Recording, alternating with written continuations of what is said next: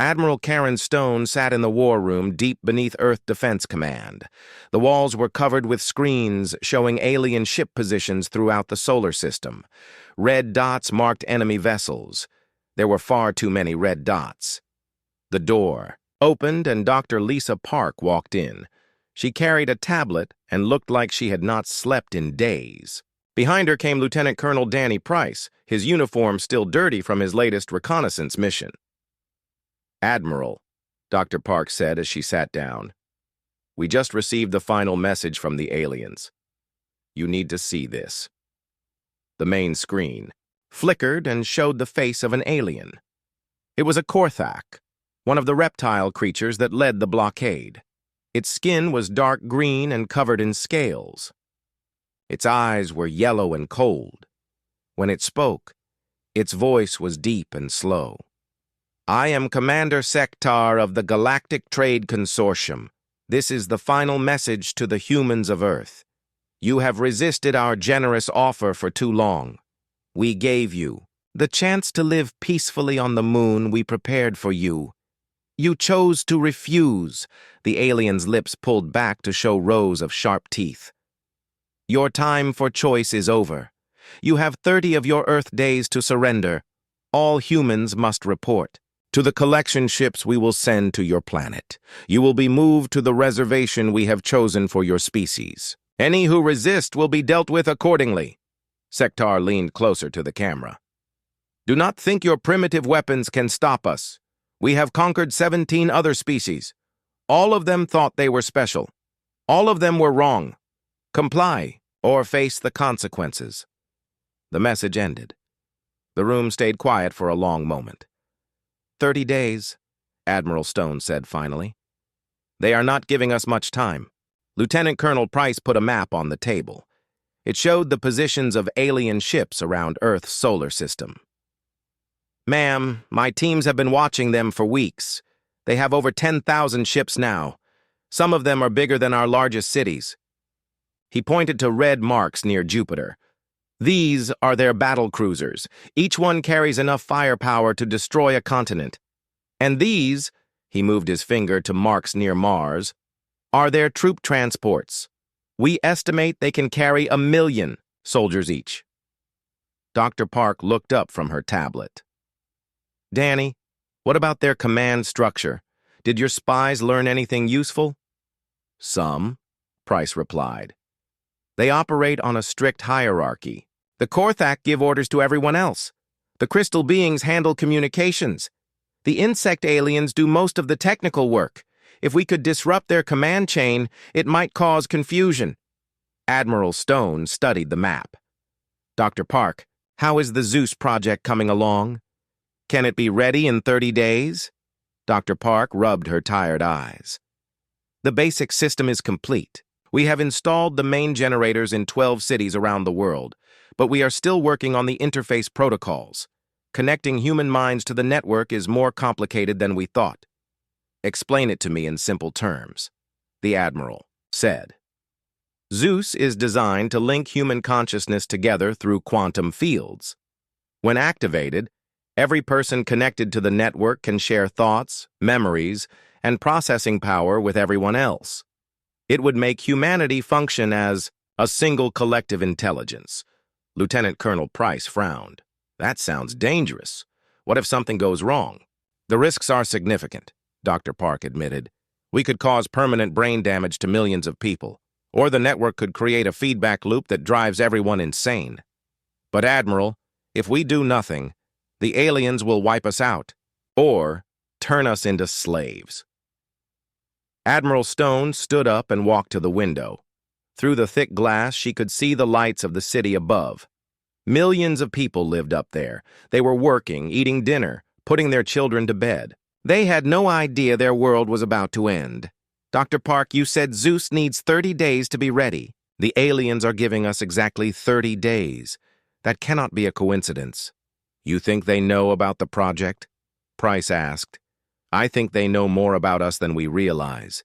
They have been watching Earth for 50 years. They probably have. Spies everywhere." Dr. Park looked worried. "If they know about Zeus, they might try to stop us before we can activate it." Then we need to make sure they cannot find all our installations. How many people know the full details of the project? Less than 100. Most of them are scientists and engineers working in the underground labs. We have been very careful about security. Admiral Stone turned back to the table. Colonel Price, I want you to increase security around all Zeus facilities. Use your best people and put together teams to watch for alien infiltrators. Yes, ma'am. What about the public? Should we tell them about Zeus? Not yet. If the aliens have spies among us, we cannot risk them learning more details. But we do need to prepare people for what is coming. The Admiral activated the communication system. Within minutes, she was connected to President Maria Santos in Washington. Madam President, the aliens have given us their ultimatum. 30 days to surrender or face attack. President Santos appeared on the screen. She looked calm, but her hands were shaking slightly. Admiral, are we ready to give them our answer? Yes, ma'am. But first, let me brief you on the current status of Project Zeus. For the next hour, Dr. Park explained the quantum consciousness network to the President. She described how it would work and what it might accomplish. She also explained the risks. So you're asking me to bet the future of humanity on an untested technology that might kill everyone who uses it? President Santos said. Ma'am, with respect, the aliens are going to kill us anyway. Zeus gives us a chance to fight back. The President was quiet for a long time. Finally, she nodded. Do it. Whatever you need, you have my full support. Money, people, resources. Just make it work. Thank you, Madam President. Admiral, I am going to address the world tomorrow. I will tell them about the alien ultimatum. I will also hint that we have a secret weapon, though I will not give details. After the call ended, Admiral Stone looked at her team. You heard the President. We have 30 days to make Zeus work. Dr. Park, what do you need? More quantum processors, more power generators. And we need to start testing the neural interfaces on volunteers. How many volunteers? At least 1,000 to start. We need to make sure the connection process is safe before we try to link millions of people. Lieutenant Colonel Price stood up. I will get you your volunteers. There are plenty of soldiers who would risk their lives for a chance to fight the aliens. As the meeting ended, Admiral Stone stayed behind to look at the tactical displays. The alien ships hung in space like vultures waiting for something to die. In 30 days, they would move toward Earth. But in 30 days, humanity would be ready for them. The aliens thought they knew everything about humans. They had studied human wars and human violence. They thought they understood what made humans dangerous. They were about to learn they were wrong. Humans were not dangerous because they fought. They were dangerous because they never gave up, and they were most dangerous when they worked together. Zeus would teach the aliens what human cooperation really meant. If it worked, humanity would have a chance to survive. If it failed, at least they would go down fighting. Either way, the aliens would remember this war for a very long time. Captain Jake Morrison stood at the window of his ship, New Dawn. He looked out at the dark space between stars. Something huge floated there. It was bigger than any building humans had ever made. The metal structure was old and covered in strange marks. Captain, you need to see this, said Dr. Lisa Park. She was the team's expert on old things. Her hands shook as she held a data pad. These symbols are not from aliens. They are from our own people. Very old people. Jake moved closer to look at her screen. The symbols looked familiar but wrong at the same time, like words he should know, but had forgotten long ago. How old? Jake asked. 500,000 years. Maybe more, Lisa said. Her voice was quiet. This station was built by humans who lived on Earth before we did. The team had been exploring space for months. They found many dead worlds and empty stations. But this was different. This was personal. Commander Ben Hayes walked over to them. He was a big man with scars on his face from old battles. The computers are working again. I got into their main system. What did you find? Jake asked. Ben's face was dark. Records. Lots of them. These people knew about us. They knew we would come to space one day. They have been watching us. Dr. Lisa worked all day on the old computer files. The more she read, the more angry she became. The ancient humans had lived on Earth long ago. They built great cities and powerful ships. They could travel between stars like it was nothing. Then, something bad happened to Earth. The old records called it the Great Burning. A star was going to explode near Earth. The explosion would kill everything on the planet. The ancient humans had a choice. They could save everyone on Earth or just save themselves. They chose to save only themselves. They took their best people and left Earth.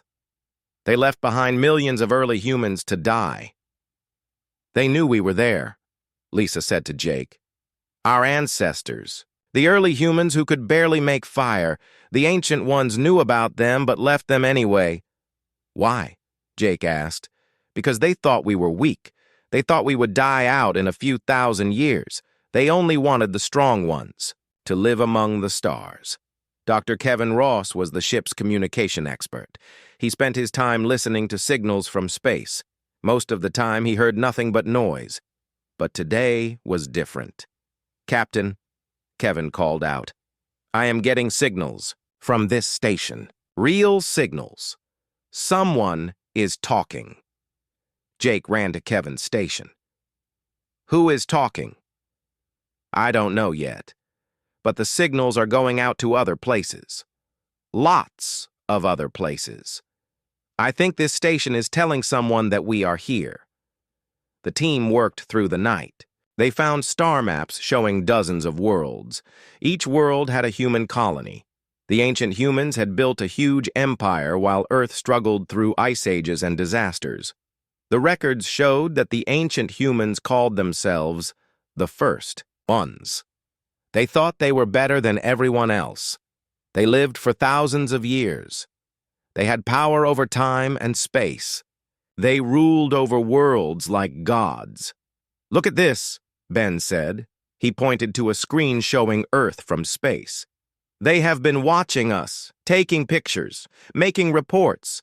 The pictures showed human cities growing over thousands of years. They showed wars and plagues and disasters. The first ones watched it all happen and did nothing to help. They expected us to die, Jake said. When we didn't die, when we reached space, it surprised them. More than surprised, Lisa said. It made them angry. Look at these recent files. The newest records were full of angry words. The first ones could not believe that the weak humans from Earth had survived. They could not believe that humans had built ships and reached other stars. One file made Jake's blood run cold. It was a message from their leaders. It said that the humans from Earth were a mistake, a genetic error that should have been fixed long ago. The message said that all humans from Earth had to be destroyed before they spread too far. They want to kill us, Jake said. All of us, Ben agreed. Every human from Earth. Dr. Kevin suddenly stood up from his station. Captain, we have a problem. Big ships are coming this way, really big ships. On the main screen, dark shapes moved through space toward them. The ships were huge and moved in ways that human ships could not. They seemed to bend space around them. How long until they get here? Jake asked. 10 minutes? Maybe less. Jake looked at his team. They were good people, smart people, but they were not ready to fight gods. Get everything you can from their computers, Jake ordered. Every file, every map, every record. We need to warn Earth. The team worked fast.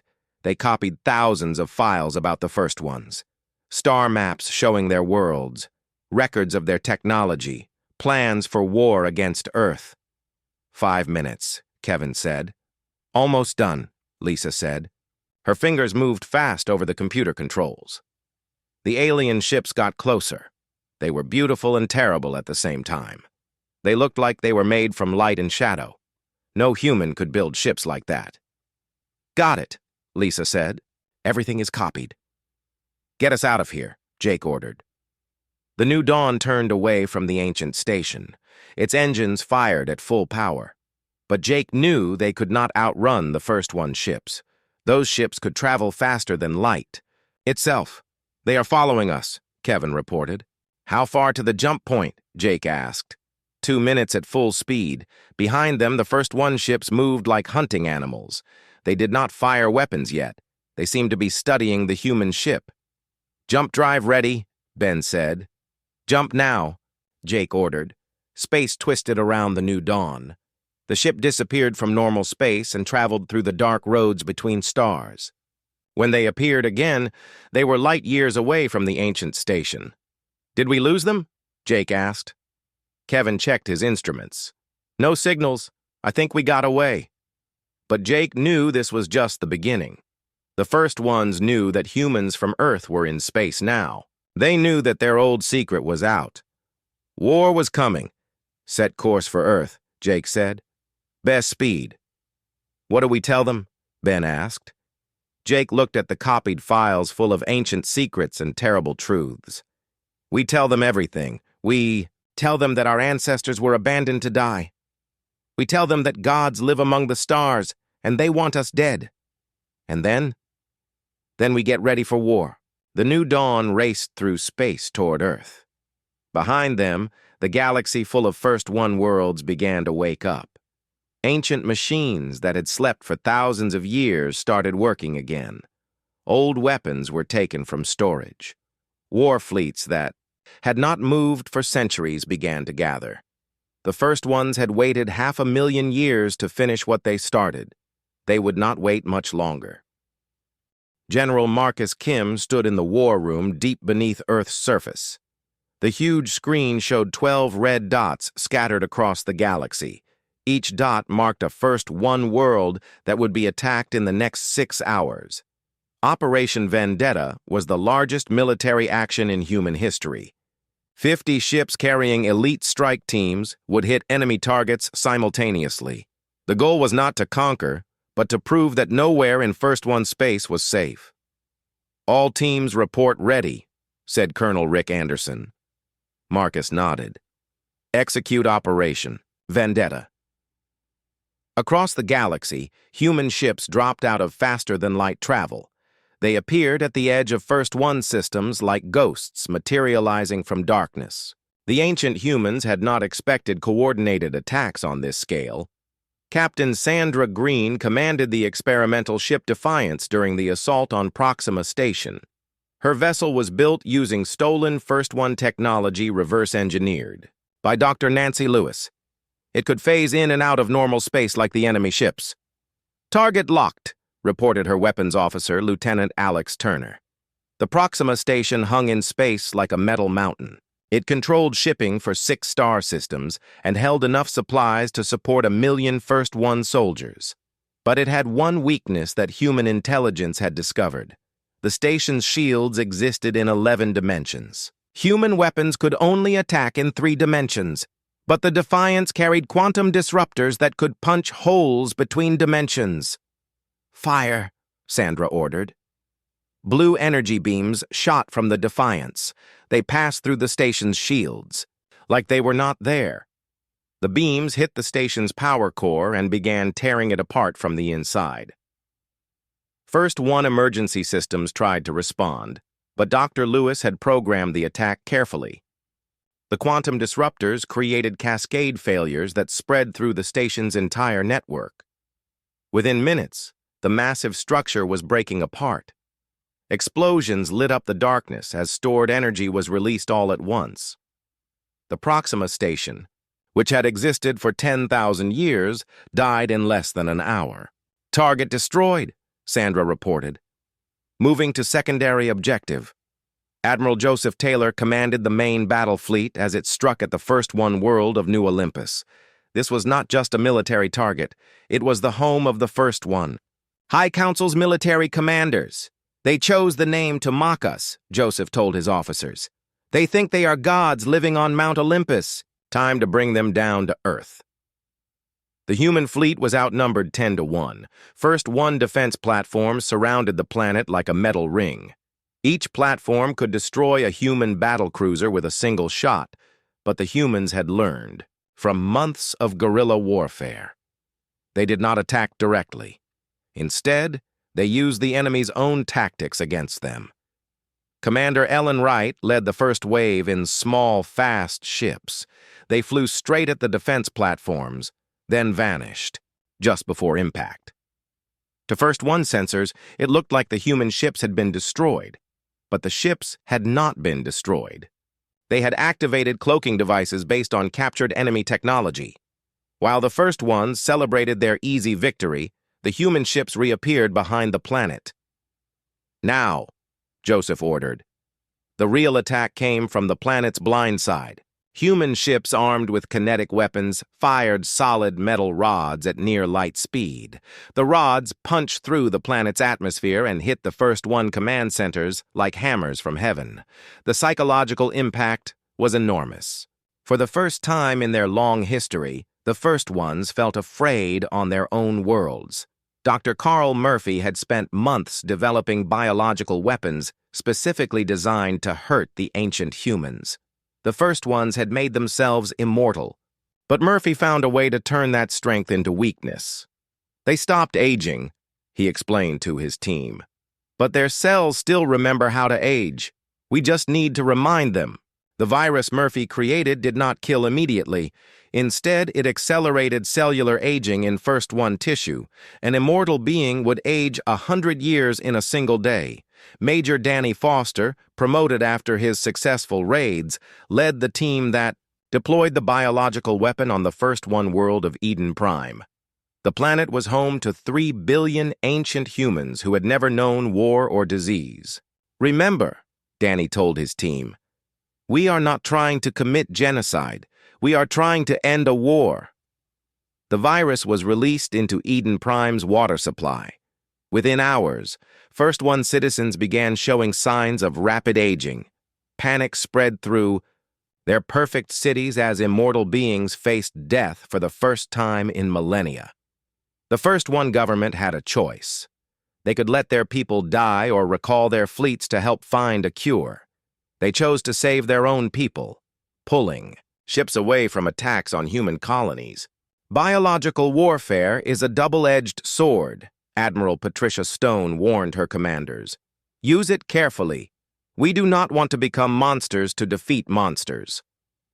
The war's turning point came during the Battle of Alpha Centauri. The First Ones had assembled their largest fleet ever to crush the human rebellion once and for all. 2,000 ancient ships surrounded the system where humanity had built its first colony outside Earth. Captain Tony Rodriguez commanded the human defense fleet. He had 50 ships against 2,000. The odds were impossible, but Tony had spent his career fighting impossible battles. "We are not trying to win," he told his captains. "We are trying to survive long enough for the plan to work." The plan was Dr. Paul Mitchell's masterpiece. For months, human engineers had been secretly modifying the Alpha Centauri system star. They used stolen First One technology to build a device that could destabilize stellar fusion. When the First One fleet attacked, the humans fought a desperate holding action. They used every trick they had learned: hit and run attacks, false retreats, suicide charges that bought precious minutes. The ancient ships slowly pushed through the human defenses. Their weapons carved through human armor like it was paper.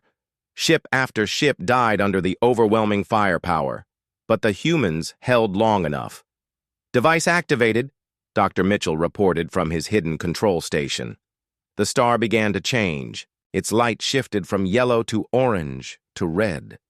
Solar flares erupted from its surface, sending waves of deadly radiation through the system. The First One ships, designed to operate near stable stars, were not prepared for the radiation storm. Their shields, tuned to stop weapons, could not filter out the solar energy. One by one, the ancient vessels began to fail. "All human ships fall back to minimum safe distance," Tony ordered. The human ships, equipped with radiation shielding designed for exploration, rode the solar storm like surfers riding a wave. Behind them, the First One fleet was torn apart. by the angry star. 2,000 ships became wreckage in a matter of hours. The largest First One fleet in history was destroyed by humans who turned a star into a weapon. News of the victory spread across human space like wildfire. Colonies that had been preparing to surrender suddenly found new hope. Resistance groups on occupied worlds began launching attacks against their First One rulers. But the ancient humans were not finished.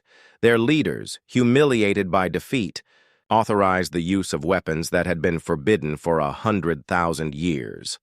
The planet killers came out of storage, ships that could destroy entire worlds with a single shot, weapons that could make stars go supernova, technology so dangerous that even the first ones had been afraid to use it. "They are preparing to destroy Earth," reported human spies deep in enemy territory. Admiral Stone called together her best officers. "How long do we have?" 6 months, maybe less. They are bringing planet killers from their oldest arsenals, ships that were built when they first became gods. "Then we have 6 months to win this war," Patricia said, "or watch our world burn." The race was on. Humanity had proven it could hurt the first ones. Now they had to prove they could beat them completely before the ancient humans decided to end everything with ultimate weapons. Captain Helen Clark led the intelligence teams that had discovered the planet killer threat. She also found something else in the captured files. Evidence that not all First Ones supported the war. "There are dissidents," she reported. "Younger First Ones who think the war is wrong. They remember that humans and First Ones are the same species." "Can we use them?" Marcus asked. "Maybe, if we can prove that humans deserve to exist among the stars." The final phase of the war was beginning. Humanity had 6 months to win or die, but they had learned something important from their victories. The First Ones were not gods. They could be beaten.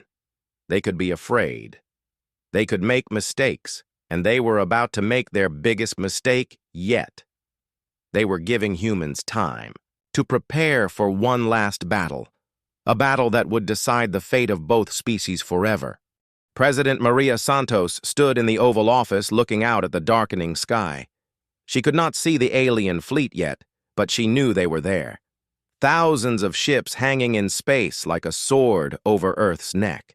In 72 hours, that sword would fall.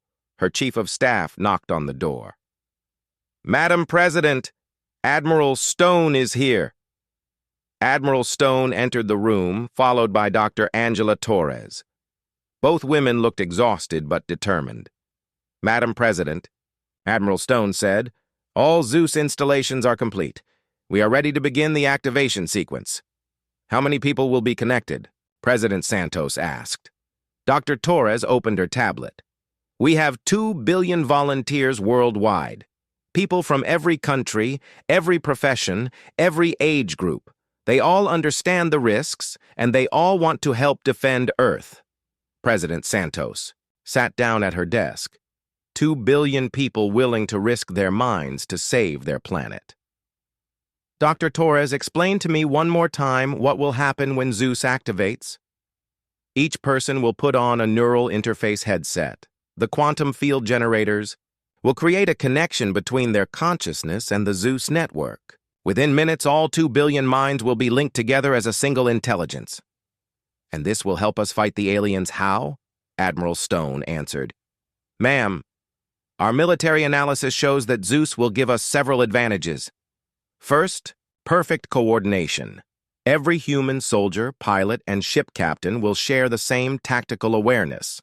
Second, enhanced processing power. The network can calculate solutions faster than any alien computer. Third, unpredictability. Human creativity linked together becomes something no alien has ever faced." President Santos nodded. "What are the risks?" "Brain damage, insanity, death," Dr. Torres said bluntly. "We have tested the system on small groups, but connecting 2 billion people is unprecedented. The human mind might not be able to handle that level of consciousness expansion. And if we do nothing, the aliens destroy us or make us slaves. Those are the only options they have given us. President Santos looked out the window again. Then, we have no choice. Dr. Torres, begin the activation sequence. 2 hours later, Lieutenant Amy Garcia sat in the cockpit of her fighter ship in Earth's orbit. Around her, 100 other pilots prepared for what might be humanity's last battle. Their ships were small and fast, but they carried weapons that seemed primitive compared to alien technology. "Attention all pilots," came the voice of Commander Jake Morrison over the radio. "Zeus activation begins in 60 minutes. Anyone who wants to disconnect from the network can do so now without shame." Amy checked her neural interface headset. She had volunteered for Zeus testing 3 weeks ago. The experience had been incredible. For 6 hours, she had shared thoughts with 50 other people. She could access their memories, their skills, their knowledge. It was like becoming 50 people at once, while still being herself. "Morrison to all ships," Jake's voice continued. "The alien advance fleet has reached our outer defenses. They are testing our response with small attacks. So far, we are holding them off, but barely." Amy looked at her tactical display. Red dots showed alien ships spread across space between Earth and the Moon. There were hundreds of them, and more arriving every minute. Each alien ship was larger and better armed than anything humanity had built. "Garcia to flight leader," Amy said into her radio. "When Zeus activates, will we still be able to talk to each other normally?" "Negative," came the reply from Captain Tony Kim.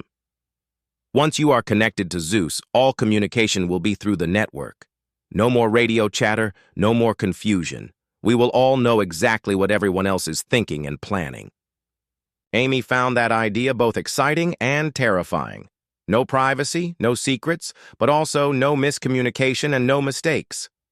"All pilots, this is Earth Command," Admiral Stone's voice came through the speakers. "Zeus activation begins now. Put on your headsets and prepare for connection." Amy placed the metal headset on her head. At first, nothing happened. Then she felt a strange, tingling sensation in her brain. The feeling grew stronger until it felt like electricity was flowing through her thoughts. Suddenly, Amy was not alone in her cockpit anymore. She could feel the presence of other minds. First just a few, then dozens, then hundreds. The sensation was overwhelming but not frightening. It felt like coming home to a family she never knew she had. She could sense Captain Kim's tactical knowledge flowing into her mind. She suddenly understood fighter maneuvers that had taken him years to learn. At the same time, she felt her own piloting skills being shared with pilots she had never met. The network expanded rapidly.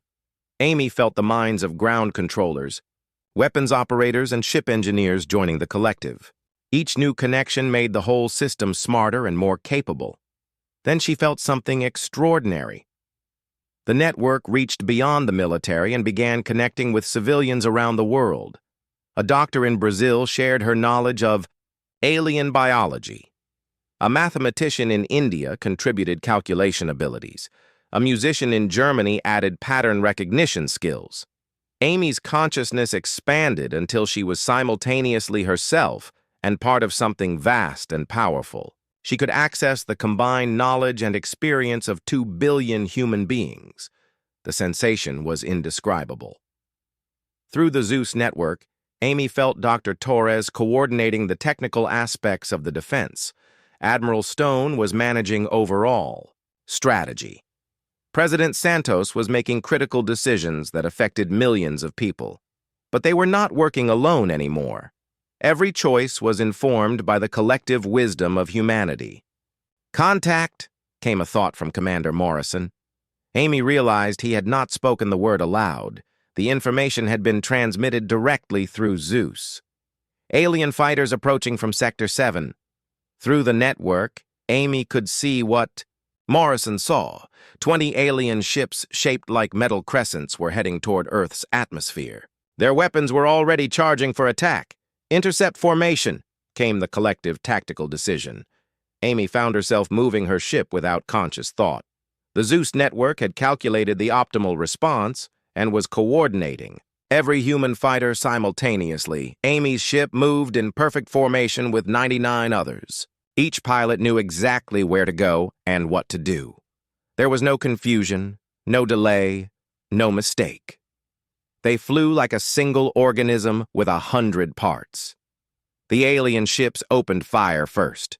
Energy beams that could melt steel passed through the space where human fighters had been moments before. But Zeus had predicted the attack pattern and moved every ship out of harm's way.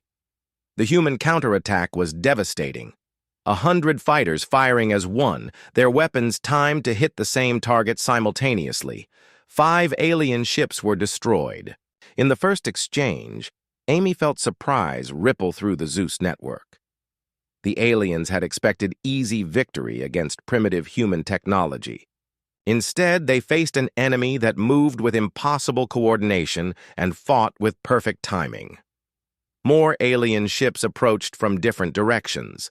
The network adapted instantly, splitting human forces into multiple groups while maintaining perfect communication between them.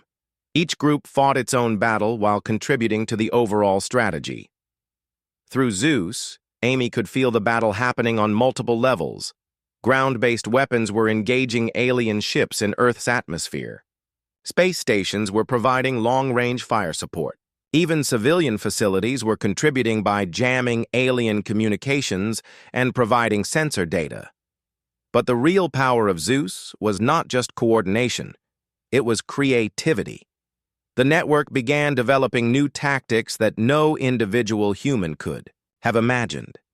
Fighter groups started using gravitational fields from nearby asteroids to slingshot their ships at impossible speeds. Weapon systems were reconfigured in real time to exploit weaknesses in alien shields. The aliens responded by sending larger ships with heavier weapons. Through Zeus, Amy felt the network analyzing the new threat and developing countermeasures. Human ships that should have been destroyed managed to survive by making tiny course corrections at exactly the right moments. Amy realized that Zeus was learning and evolving with each passing minute. Every alien tactic was studied, understood, and countered. The network was becoming something more than the sum of its parts. It was becoming a new form of consciousness that the galaxy had never seen before. The battle continued, but Amy knew something had changed forever. Humanity was no longer fighting as individuals. They were fighting as one people with one mind and one purpose. The aliens had tried to keep Earth isolated because they feared human unpredictability. Now they were about to learn what humans could accomplish when they worked together. Captain Danny Foster floated in the dark between stars. His ship's silent running drifted like a dead rock, all systems shut down except life support. Through the thick window, he could see the First One research station hanging in space near a dying star. The station was beautiful and terrible. It looked like a crystal flower made of metal and light. Energy patterns flowed across its surface like water.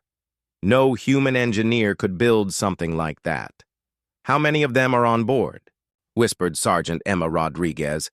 Danny checked his scanner. 12, maybe 15. The station is mostly automated. For 3 months, human strike teams had been hitting First One targets. Small attacks on remote stations and supply ships.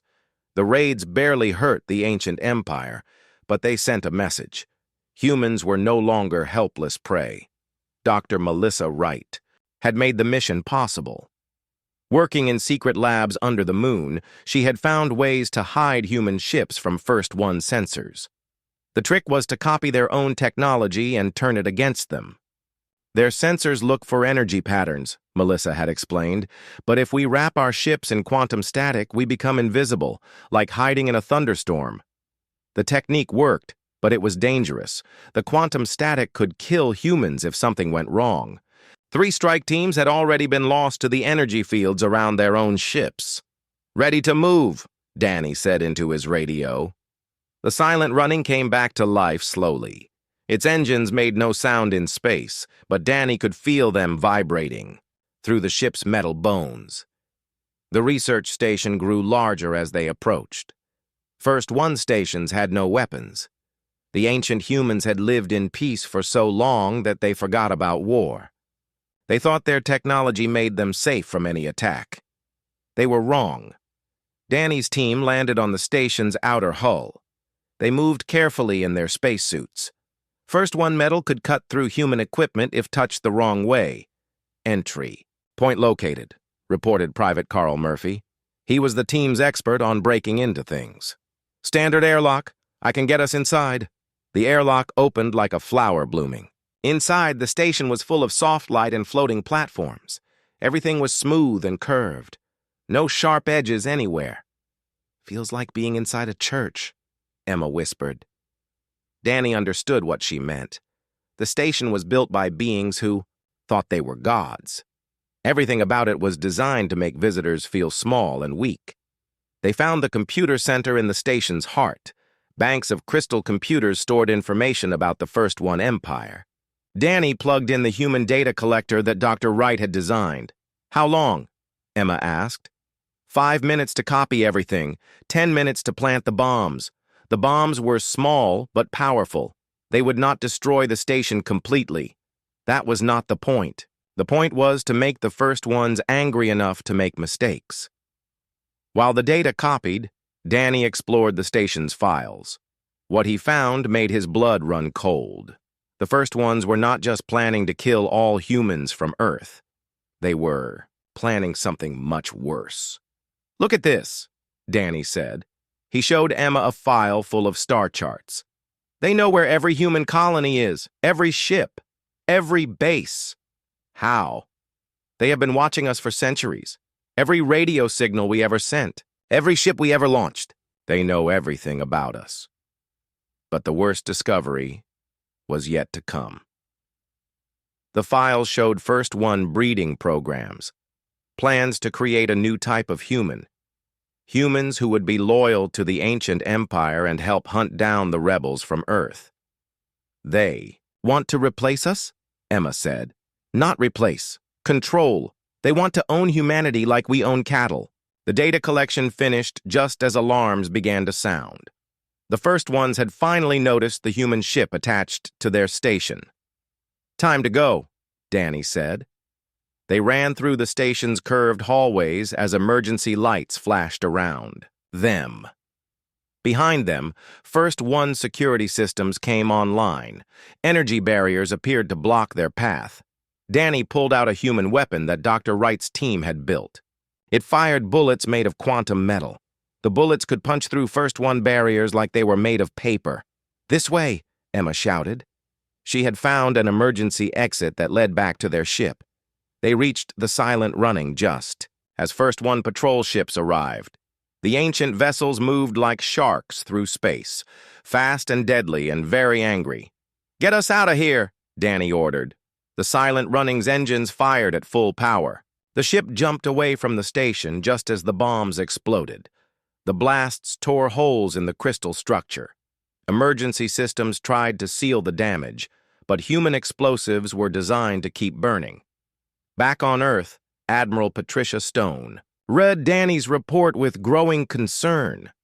The intelligence he had gathered was valuable but frightening. The first ones were much stronger than anyone had hoped. They have 700 worlds, she told her staff. Millions of ships, population in the trillions. How many humans do we have? Asked General Marcus Kim. 50 billion on Earth and the colonies. Maybe 1,000 military ships. The numbers were not good. Even if every human became a soldier, they would still be outnumbered 1,000 to 1. But Dr. Paul Mitchell had been studying the captured First One technology. He found something interesting in their computer files. They are not as united as they pretend, Paul told Patricia. Look at these internal communications. The files showed arguments between different First One factions. Some wanted to kill all humans immediately. Others wanted to study them first. A few even questioned whether the war was necessary. Their society is old and rigid, Paul explained. They have not had to make hard decisions for thousands of years. When pressure builds up, they do not know how to respond. Major Ellen Wright led the next phase of human operations. Her teams began spreading across First One space, hiding in asteroid fields and empty systems. They built secret bases and supply caches. The idea was to create a network of human resistance throughout the enemy empire. When the real war began, First One worlds would face attacks from inside their own territory. "We cannot match their technology," Ellen told her teams, "but we can be everywhere at once, make them afraid to sleep, make them jump at shadows." The psychological warfare began slowly. Human ships would appear near First One colonies, scan them with sensors, then disappear. No attacks, no damage, just the message that humans could reach anywhere. First One military commanders began demanding more ships to guard their worlds. Resources were pulled away from offensive operations to protect the home territories. Colonel Karen Davis discovered the First One's greatest weakness during a raid on a supply depot. The ancient humans had become so dependent on their technology that they could not function without it. "Watch this," Karen said. She showed Patricia a video from the raid. When human jammers disrupted the depot's computer network, the First One workers stopped moving. They stood still like broken robots until the network came back online. "They have been connected to their computers for so long that they cannot think without them," Karen explained. "Cut the connection and they become helpless." Dr. Nancy Lewis found a way to weaponize this discovery. She created viruses that could spread through First One computer networks. The viruses did not destroy data. Instead, they created confusion, wrong numbers in navigation systems, false reports about human ship positions. "Information warfare," Nancy called it. "We make them distrust their own tools." The turning point came when Commander Steve Johnson led a raid on a First One shipyard. His target was not the ships being built there. It was the computer that controlled the construction. The virus Nancy had designed infected the shipyard's main system. Within hours, the automated builders began making ships with critical flaws. Engines that would explode, weapons that would fire backward, life support systems that would poison their own crews. It took the First Ones weeks to find and fix all the infected systems. By then, human teams had hit 6 more shipyards with the same virus. "They are starting to realize," Patricia told her staff, "that this will not be an easy war." The First Ones began to adapt. They pulled their scattered forces together. They increased security around important targets. They started hunting human strike teams more aggressively, but they also made a crucial mistake. They began to take humans seriously as opponents. For 500,000 years, the First Ones had thought of themselves as the only real intelligence in the galaxy. Every other species was either primitive or extinct. They ruled through technology and fear. Now they faced an enemy that would not submit. An enemy that grew stronger with each battle. An enemy that learned from every defeat and came back harder. The ancient humans had forgotten what it felt like to be afraid. They were about to remember. Captain Linda White commanded the supply ship New Hope as it ran through First One space. Her cargo was not food or weapons. It was hope itself. Messages from Earth to human colonies that thought they had been abandoned. "We are coming," Linda broadcast on hidden frequencies. "Hold on! Fight back! Make them pay for every inch!" Across the galaxy, humans began to stand up to their ancient enemies. The real war was about to begin.